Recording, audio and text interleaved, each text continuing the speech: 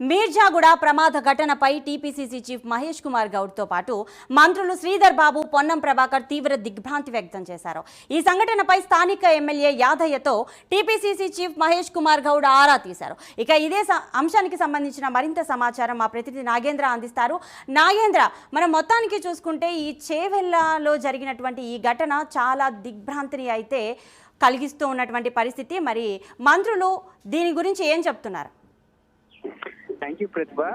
వరుసగా తెలంగాణ రాష్ట్రంలో కానీ అటు ఏపీ రాష్ట్రంలో జరుగుతున్నటువంటి ఘోర రోడ్డు ప్రమాదాలు కొంత భయాందోళన రేకెత్తిస్తున్నటువంటి పరిస్థితి. ఎందుకంటే ప్రస్తుతం తాజాగా గత కొన్ని రోజుల క్రితం కర్నూలులో జరిగినటువంటి సంఘటన మరొక ముందే, ముఖ్యంగా కర్నూలులోనే దాదాపు 20 మంది చనిపోయినటువంటి అంశాన్ని కూడా మనం చూసాం. ప్రస్తుతం అదే కోవలోకి ఈ రోజు తాజాగా చేవెళ్ల మీర్జాగూడలో జరిగినటువంటి భారీ రోడ్డు ప్రమాదంతో 20 మంది నిండు ప్రాణాలు ఉన్నటువంటి పరిస్థితి. ముఖ్యంగా దీనికి సంబంధించినటువంటి అంశంలో డ్రైవర్ల నిర్లక్ష్యం పూర్తిగా ఉంది కాబట్టి దాదాపు 20 మంది ప్రయాణికులు ప్రాణాలు కోల్పోయారనేటటువంటి అంశం చాలా స్పష్టంగా అర్థమవుతుంది. దీనిపైన ఈ ప్రమాదం పైన ప్రధానంగా ఎప్పటికే టీపీసీసీ కాంగ్రెస్ పార్టీకి, తెలంగాణ కాంగ్రెస్ పార్టీకి సంబంధించినటువంటి రాష్ట్ర అధ్యక్షుడు మహేష్ కుమార్ గౌడ్ కానీ, అదేవిధంగా మంత్రులంతా కూడా ఈ ప్రమాద ఘటన పైన స్పందించడం జరిగింది. దీనిపైన ప్రధానంగా ఆ కుటుంబ సభ్యులకు ప్రగాఢ సానుభూతిని వ్యక్తం చేయడంతో పాటు అదే విధంగా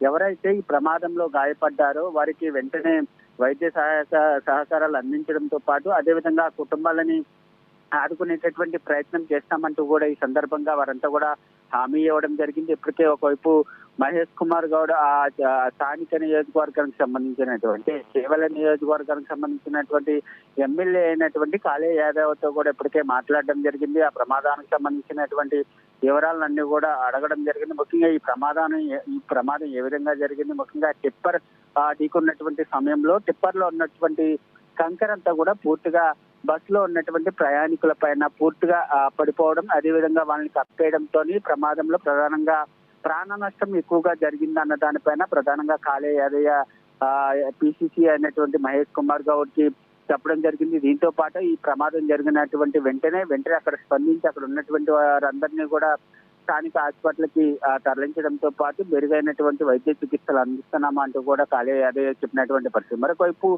మంత్రులు మాట్లాడుతూ ఈ ప్రమాదానికి సంబంధించినటువంటి అంశంలో పూర్తి స్థాయిలో విచారణ చేపిస్తాము, అదేవిధంగా కుటుంబాలని ప్రభుత్వం ఆదుకునేటటువంటి ప్రయత్నం చేస్తుంది. అదేవిధంగా ఎవరైతే గాయాల పాయాలయ్యారో వారందరికీ కూడా ప్రభుత్వమే దగ్గరుండి వైద్యానికి సంబంధించినటువంటి అన్ని సహాయ సహకారాలు కూడా ప్రభుత్వమే చూస్తుందంటూ కూడా ఇప్పటికే మంత్రులు కూడా చెప్పడం జరిగింది. దీనిపైన ప్రమాదం పైన మరొకవైపు సీఎం రేవంత్ రెడ్డి సైతం స్పందించడం జరిగింది. వెంటనే అధికారులను అలర్ట్ చేయడం జరిగింది. ప్రమాదానికి సంబంధించినటువంటి అంశంలో ప్రతి ఒక్కరిని కూడా వెంటనే వైద్య సేవలు త్వరగతిన అందించాలి, అదేవిధంగా ప్రాణ నష్టం తక్కువగా ఉండే విధంగా చూడాలంటూ కూడా ఇప్పటికే ఆదేశాలు జారీ చేయడం జరిగింది. దీనికి సంబంధించినటువంటి అంశంలో సీఎం రేవంత్ రెడ్డి కొన్ని కీలకమైనటువంటి నిర్ణయాలు తీసుకునేటటువంటి అవకాశం కనిపిస్తుంది. ఎందుకంటే వరుసగా జరుగుతున్నటువంటి ఈ రోడ్డు ప్రమాదాలకు సంబంధించినటువంటి అంశంలో ప్రధానంగా రవాణా శాఖ కానీ, ఆర్టీఏకి సంబంధించినటువంటి అధికారులు కానీ దీనిపైన చాలా కీలకమైనటువంటి నిర్ణయాలు తీసుకునేటటువంటి అవకాశాలు అయితే కనిపిస్తున్నాయి. మొత్తానికి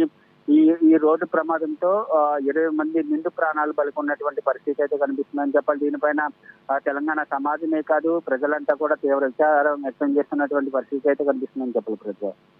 రైట్ నాగేంద్ర, థ్యాంక్ యూ.